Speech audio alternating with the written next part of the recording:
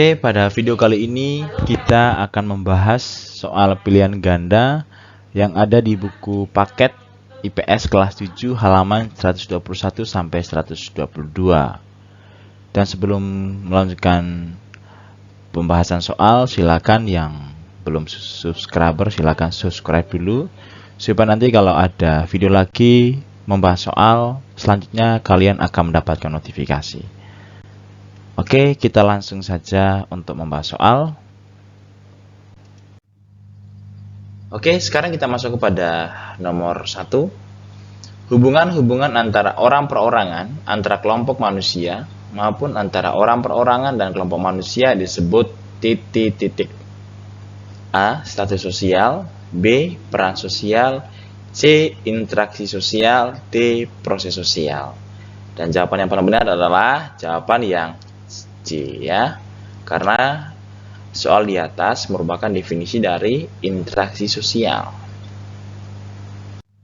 Sekarang kita masuk kepada nomor 2. Proses interaksi sosial akan terjadi apabila memiliki syarat titik-titik. A. Hubungan dan akibat. B. Proses dan tindakan. C. Kontak dan komunikasi.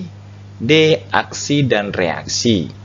Jawaban yang benar adalah jawaban yang C, karena dalam melakukan interaksi sosial itu harus memiliki dua syarat, yaitu kontak dan komunikasi. Misalnya kalau kalian ketemu dengan siapapun, pasti kalian melakukan kontak sosial, ya, dan komunikasi, entah itu menanyakan kabar maupun hal lainnya. Sekarang kita masuk ke nomor 3. Seorang bayi yang baru lahir, ia akan melakukan kontak sosial dengan ibunya. Itu merupakan salah satu bentuk kontak sosial antara titik-titik. A. Kelompok. B. Orang perorangan. C. Perorangan dengan kelompok. D. Kelompok dengan kelompok.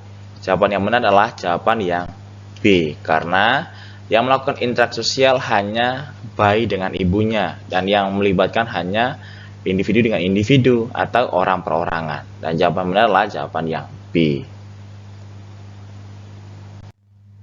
Sekarang kita masuk kepada nomor 4. Berikut ini merupakan contoh dari terjadinya proses interaksi sosial. A. Dua orang anak saling bersalaman dan saling berbicara. B. Orang Indonesia bertemu dengan orang Arab. C. Seorang laki-laki memperhatikan seorang gadis. D. Seorang anak menelepon temannya.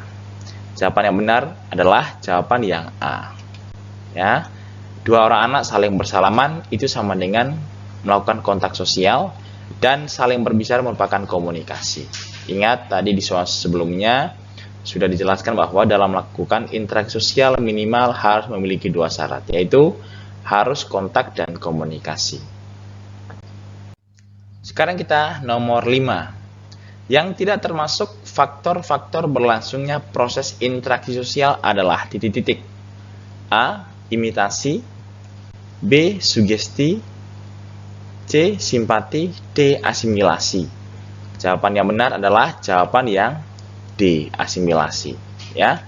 Sementara jawaban A, B, C merupakan faktor-faktor yang mempengaruhi proses interaksi sosial. Sementara yang ditanyakan adalah yang tidak termasuk.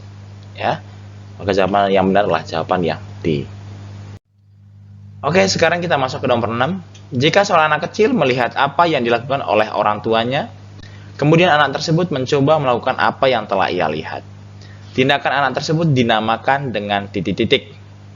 A. Identifikasi. B. Imitasi. C. Simpati. Ini A, B, C, dan D, ya. Ini A. Identifikasi. B. Imitasi. C. Simpati. D. Sugesti. Maka jawaban benar adalah jawaban yang B, yaitu imitasi. Imitasi.